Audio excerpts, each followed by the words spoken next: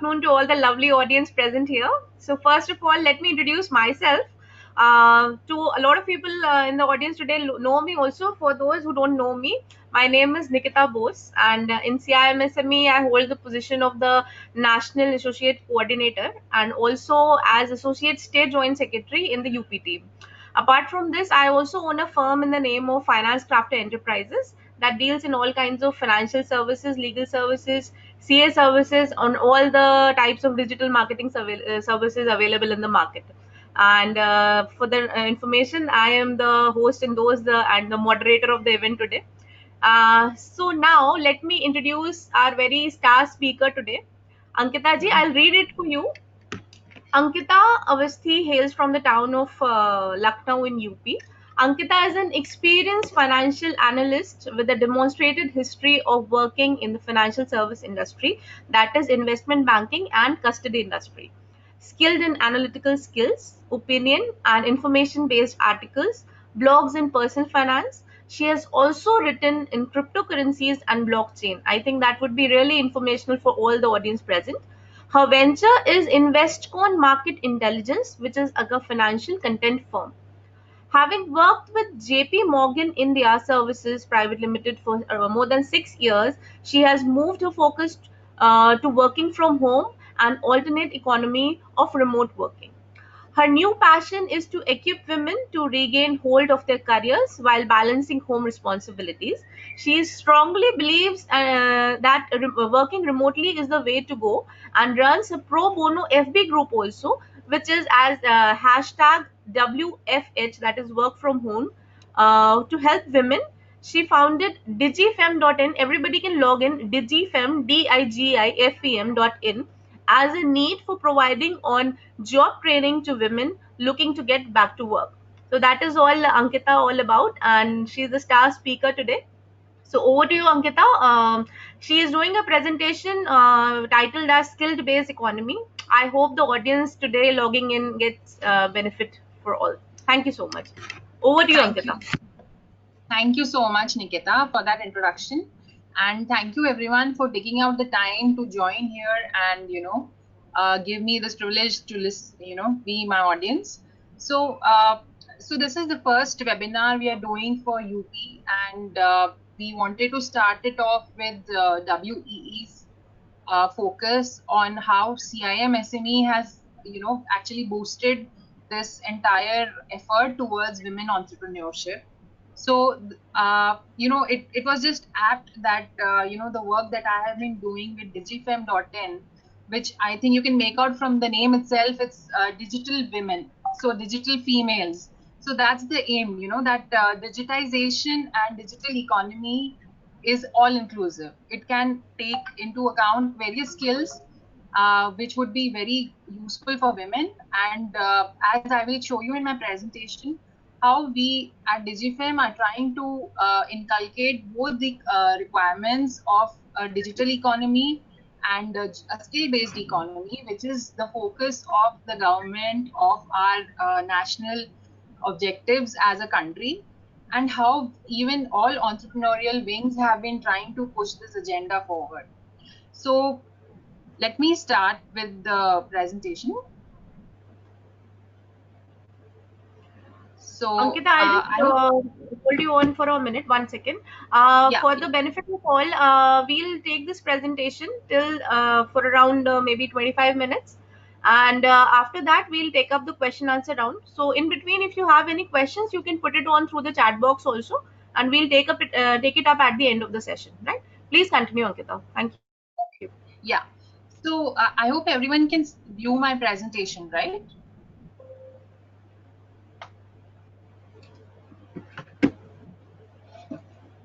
I hope everyone can view my presentation. Yeah, it's yes, very much. Please go ahead.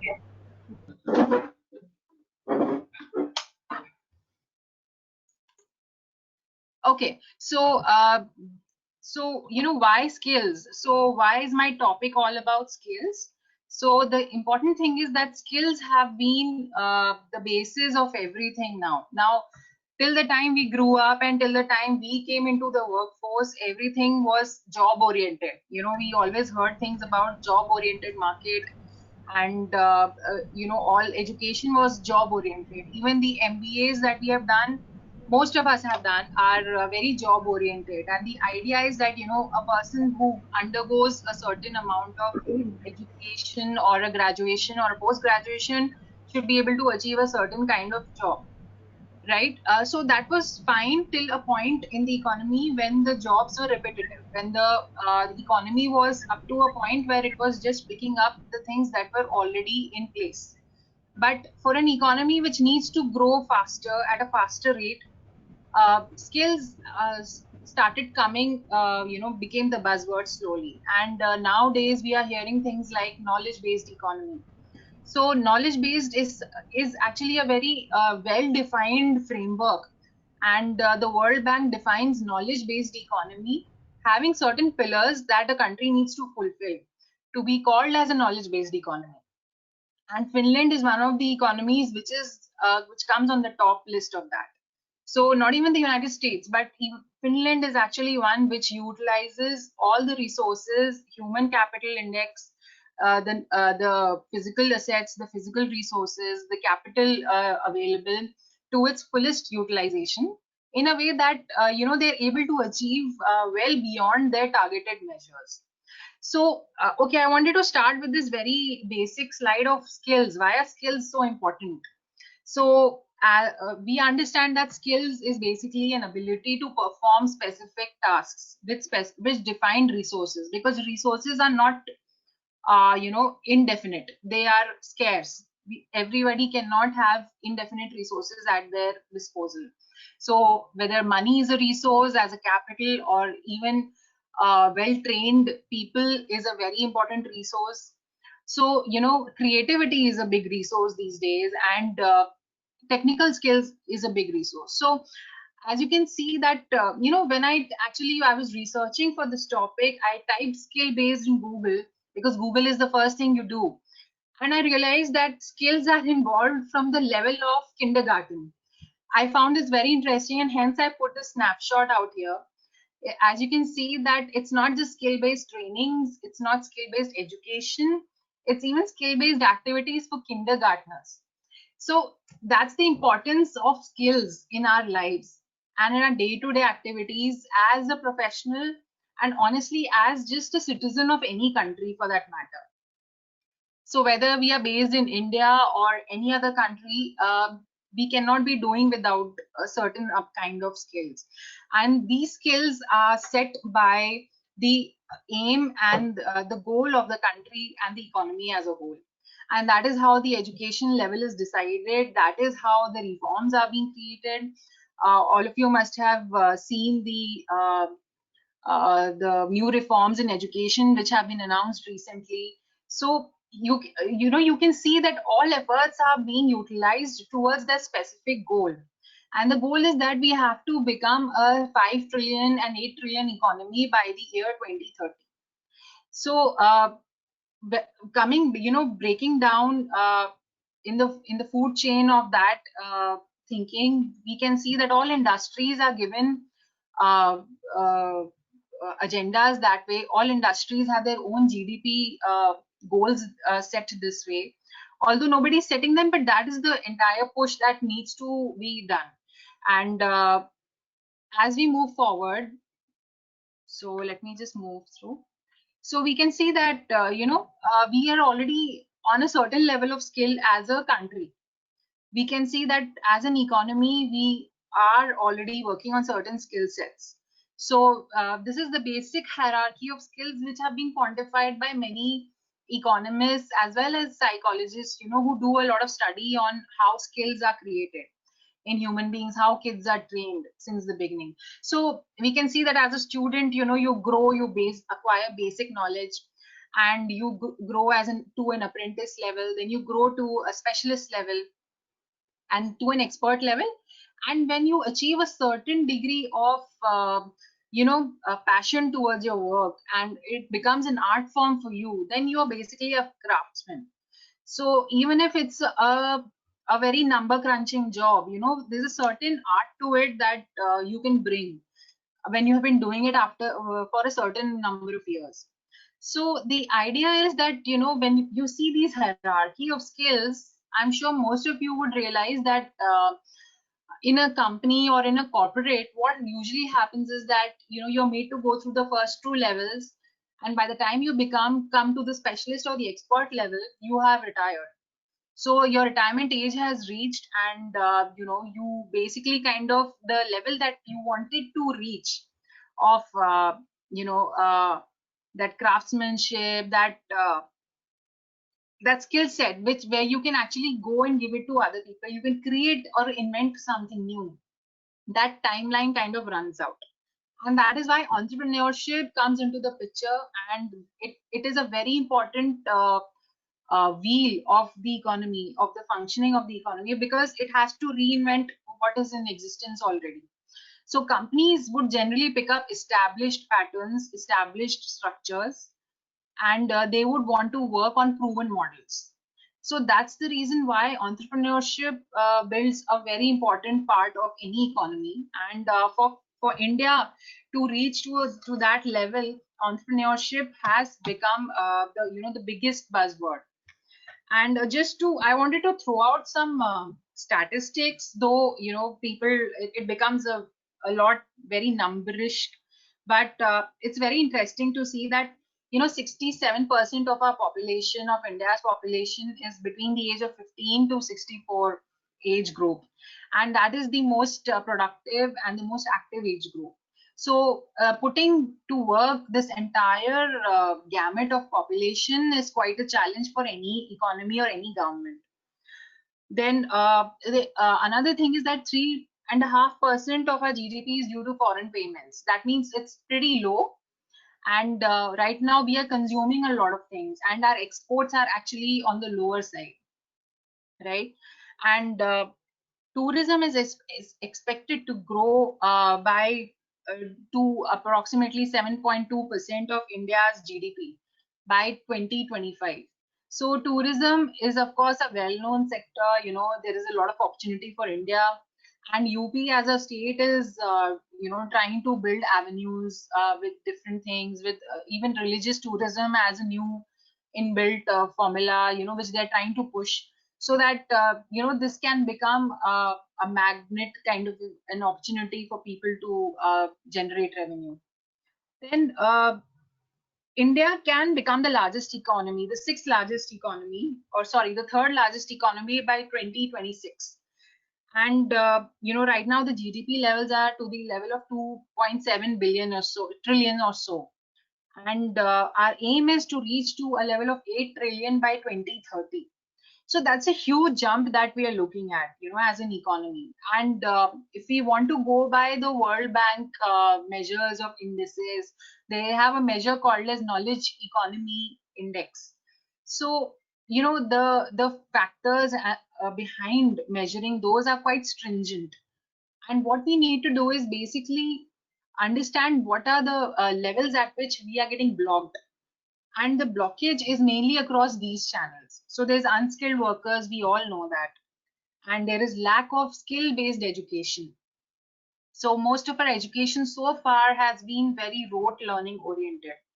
And the important thing is that people don't really, as kids, you know, of any board or any stream, so as to say, we can lack certain kind of on the job training. The employability level is very low, so that has been the main problem of employers who want to employ even from outside. Even like Fortune 500 companies, when they visited campuses for even big institutes, premier institutes like IITs and IIMs, have actually found, you know, the candidates quite lacking in on the job trainings.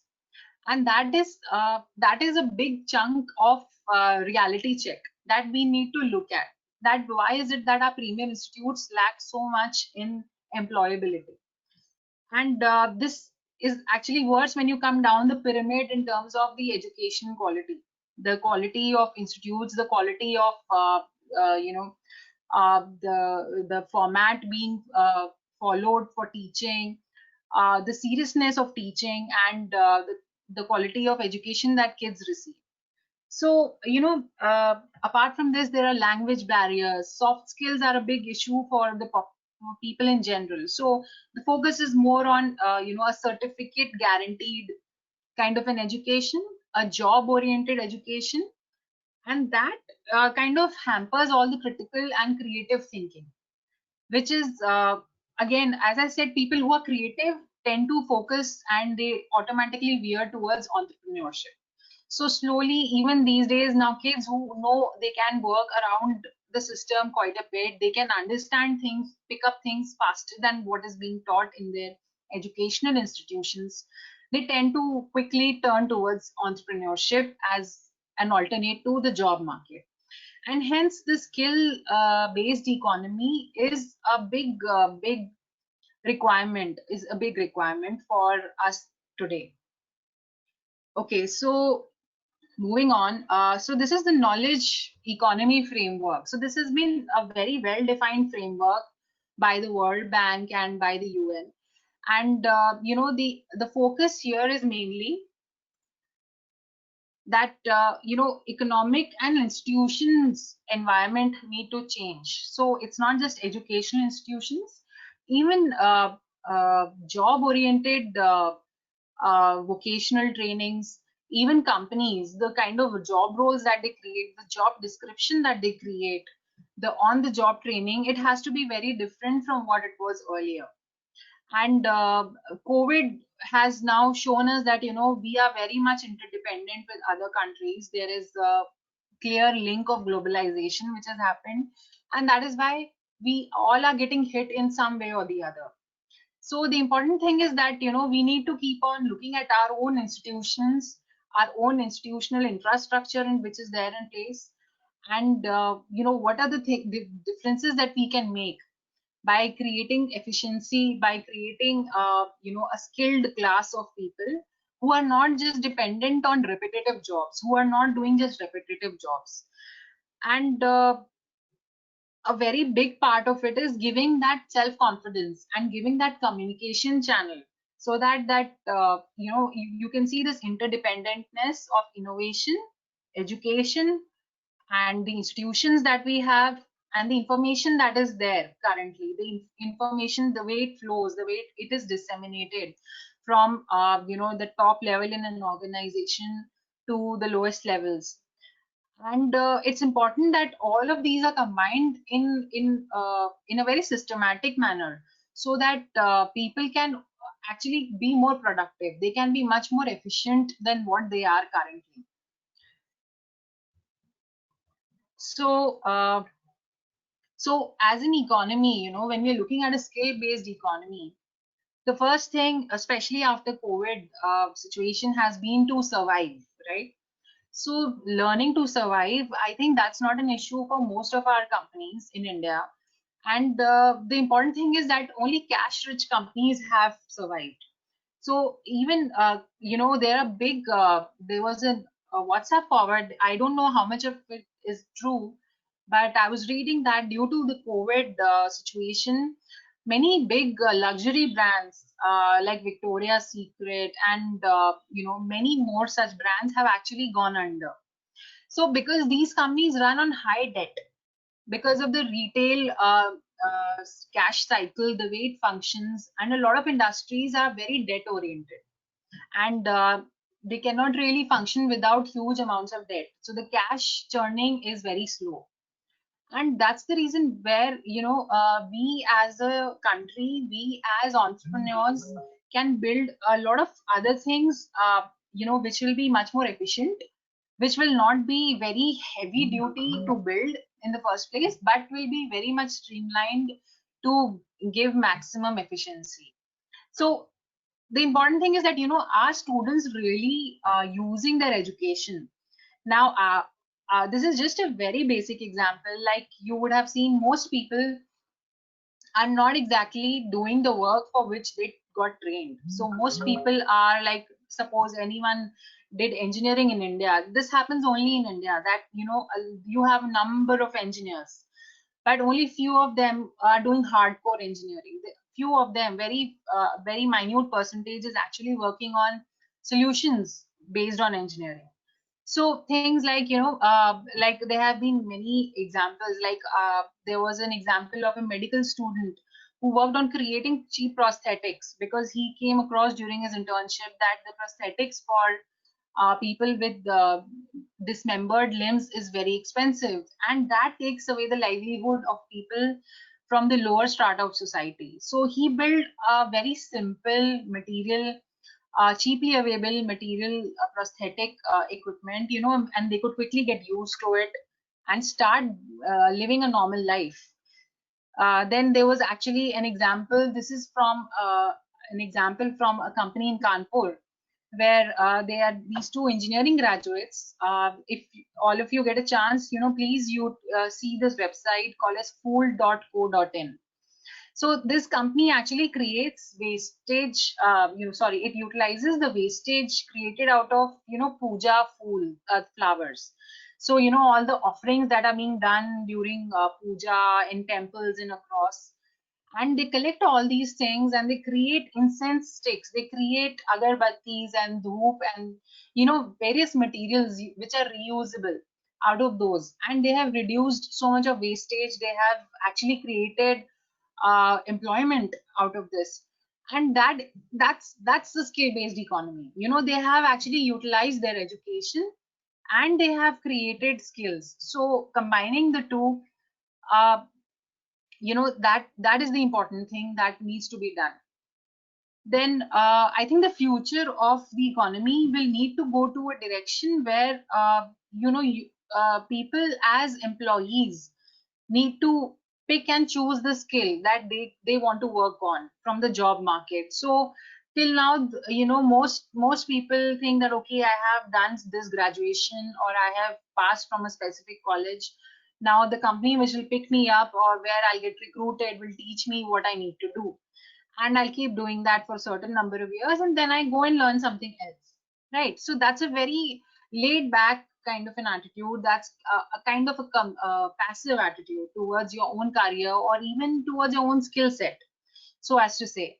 So when I moved from being in a corporate to, starting as a freelancer, so that was a career change all over.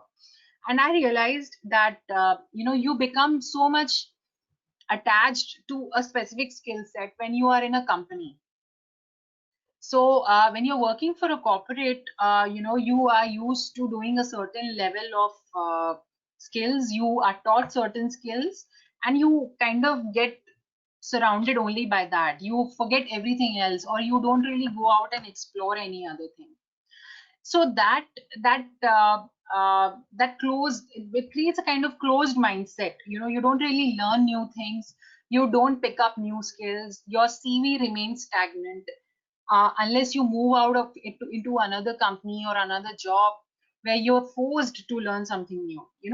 So that's the reason why a skill based economy will focus on skills. It'll pick up people on based on skills, not on the basis of from where you passed a certain degree. So, that is how I look at DigiFem, and that was my entire aim when I was conceptualizing my company. So, this is actually my second venture, and I realized that, women are a big part of the workforce. So, as of now, there are like 395 million people in the workforce, and out of this only 92 million active women are, active employees or active workers in the workforce. So it's a pretty bad number, it's a pretty low number considering that, the population of women in India is not that low. We are almost 33% to 33 to 40% of the population, but our contribution to the economy as a whole is very, very low. And of course, it has many social reasons, many cultural reasons ingrained towards that. So, I wanted to combine that with the skill based mindset. And the way I went about with is that I understand that, ICT, your information communication and technology, is the biggest sector. So, internet, your digital boom, nothing is possible without this. So, even a small product seller, a lady who wants to create handcrafted goods, needs to sell it, and she will not be able to do it door to door. So the simplest thing she can do is she can create a social media page, and that is how she's utilizing ICT. So ICT is not just fancy, expensive, and complicated technologies like blockchain, but it is simplest, things like a Facebook page or a Google business, creating your own Google business page, which kind of gives you a presence online where people can search for you. They can come to your doorstep and ask for your product. So that's what I was aiming at when I was creating DigiFem. And my idea is to create a job, sorry, a skill based training oriented, which can actually give uh, on the job training, and actually create people who would have this certain skill sets once they train with us. And our idea is also that we are a training company, but we are not just a training company. So our focus is that anyone who undergoes a training with us is actually getting on hands-on experience with live projects with companies who are looking for such resources. And my focus is specifically towards women. The reason is that women have the skills. So a lot of women I know, I'm sure everyone knows many women who are highly skilled, who are highly ambitious, and they are very well organized. The only reason is certain social and cultural norms have been ingrained in us. There are certain things that we cannot do. The cost of child rearing is expensive. The cost of even child uh, like getting help is expensive in many cities. So things like that, these are the reasons why DigiFem came into existence. So the idea is that we try and get women entrepreneurship in place. And the way we are going to do it is that we are going to create courses which would actually be very much in line with what is required currently in the job market, what is currently the skills that are in demand. And our idea is that we can train women on these skills, and like social media, like content writing, like many other things that we have in the pipeline. And women can get trained on these and actually start working on these with us, work from home. So we are utilizing the model of working from home, and along with the skill set that they can combine, and they can get any proper on the job training with certification from the company, that they have worked on certain areas. And tomorrow, if they wish, they can apply as an experienced candidate to any company or any projects, even as a freelancer. So our aim is not to create freelancers. Our aim is not just to create small low paying jobs, but our idea is that this number, of which 40%, there are 30 million women owned enterprises. So as Bain suggests that so out of this 30 million, so women quickly catch on the pulse, and they can create small businesses like these. So a lot of other things have to be in place. A lot of mindset change has to happen, and a lot of confidence building measures have to be taken. So that's the reason why DigiFem and my firm per se, we focus on this mental fine tuning, and also along with training hard, that is the hard skills. Many women come after, want to come back after a long break, and they actually miss out a lot on the kind of soft skills required, or they even miss out on the confidence that they need now to face external clients or external vendors. So we focus on training them, on grooming them, so that they can go ahead and build a certain repertoire, and they can go ahead and present themselves commercially with the certain specific skills, and they can take off as an entrepreneur, or as a freelancer, or even as an employee later if they wish to. So, so our knowledge, as I was showing that, why entrepreneurship has to go with women.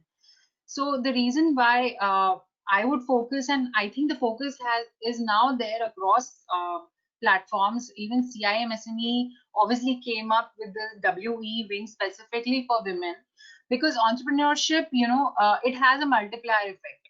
So it's not just about that one person who is running the show, but they create job opportunities and they even change the mindset around them. So especially women, women are supposed to be the nurturers. They are supposed to take along a lot of things, a lot of people around them. So there's a certain shift in the thinking of people, of families, of society in general, when more and more women are involved in entrepreneurial activities. So it has been clearly found by various researchers that there's a shift from very high fertility, where the focus is only on population. The focus shifts towards a more conscious and more productive environment, a more economic based environment, and more education, more growth, more health, and overall the productivity levels in the economy are much higher. So as I was telling you, DigiFem actually focuses on helping women find creative outlets to their passions, as well as get trained on various skills that they can utilize in a work from home model, and with flexibility. So we have clients who have been hiring from us for certain of these skills, and we have created special courses which can range from 5 days to almost 1 month, and we then help our participants to get live projects, and also later they get various access to various job leads as well with us. So our entire attempt is that this stigma of getting married and being unable to pursue your own choices after a point, or having a high flying career, or stigma with new mothers, that they will not be able to get back to work. So we wanted to create a focus around that, an entire ecosystem around that. And these are the courses that we are offering currently. And our plans for future will include many technical courses as well, because there are women very much adept at coding, at teaching, and various other job skills. And these skills can be transferred to the next generation, or they can be utilized for creating, for being part of projects. So our idea is that we try and get such talented women into the right projects and with the right companies, so they can definitely help this entire gamut to become a part of the skill based economy that we have been talking about. So yeah, that's it from me. That was an amazing, amazing presentation from Ankita.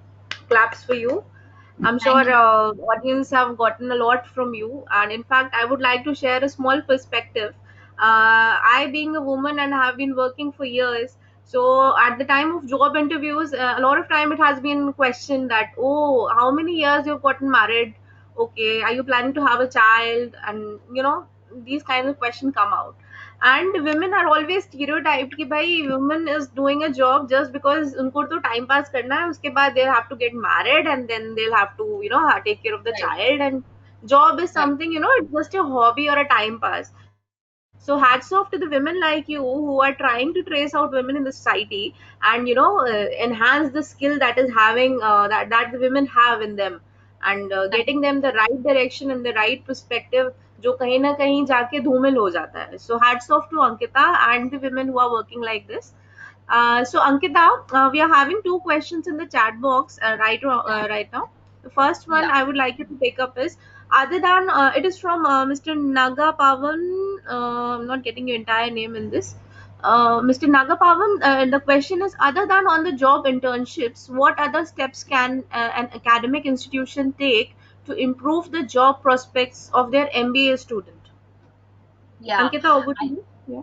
yeah. See, I will not say I'm an expert at what should be done, but you Ankita, know what? please share your screen. Need to see you also. Okay, sorry. Yes. Yeah, yeah. Yeah. So, from my experience, from what I have seen is that, MBA colleges tend to focus a lot on specific, they have criteria of marks. A lot of things about like a lot of premier institutes like IIMs tend to prefer engineering graduates, and they tend to prefer engineering graduates from IITs. Now, why is that the reason? Let's like this is just a very general observation, because my husband also coaches. He trains students for MBA coaching and MBA examinations, and this is a trend that we have seen that uh, kids who are already good in certain skills, they breeze through these examinations like CAT. So MBA institutions are just focusing on getting the cream of the students. They are not really focusing on the students who really need a lot of grooming. So at the end of the day, a child who has not really picked up things from the time of school or even through college will still not pick up things during MBA also.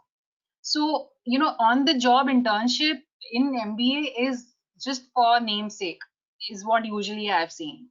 And I think it will not be a stretch to say that the idea is just to get the best of the tags.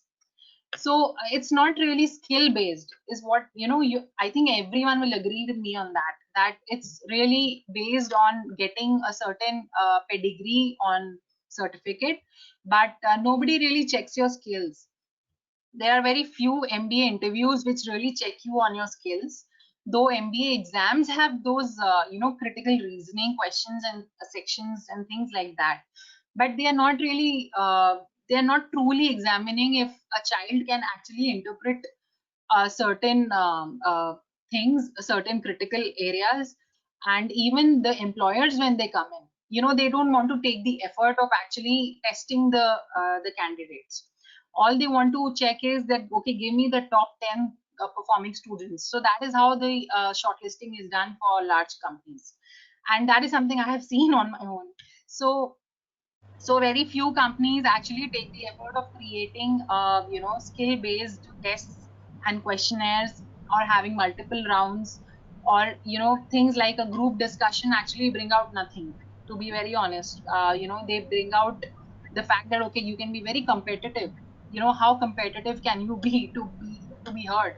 But that's not really testing a skill again, because you are not supposed to in a job, you will not be you will not be asked to shout among 10 people. So that's not really skill required to be tested. So I think, like many educational reforms are happening in schools, I think educational reforms will need to happen even in MBAs, even in MBA colleges. And I hope they're doing that and thinking on that, because once you get ingrained into the job market, then you realize your MBA actually taught you nothing, and you have to pick up everything from the scratch, whether it's even running an Excel sheet at the highest level. So MBA colleges are not teaching you how to actually do Excel modeling. How many of MBA students can claim that? So that is something I myself learned on the job, and there was so much to learn. I realized that you once you come out of this tag mode, getting a degree from a certain specific college, there is so much to learn. And that's why I picked up this topic, that skill based, everything is going to be skill based in the next few years. And only the people with the best skills will survive. So this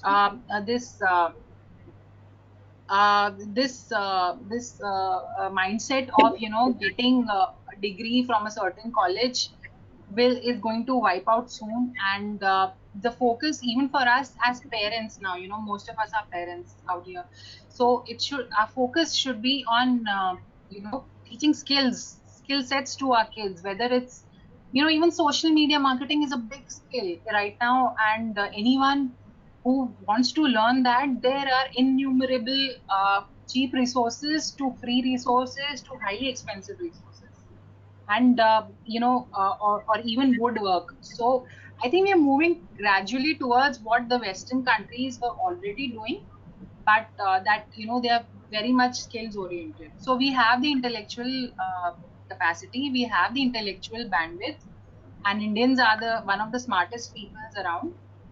So, I think we can, as an economy and as a country, we have a lot more to focus on our own institutional framework right now. That's my humble take on this entire thing.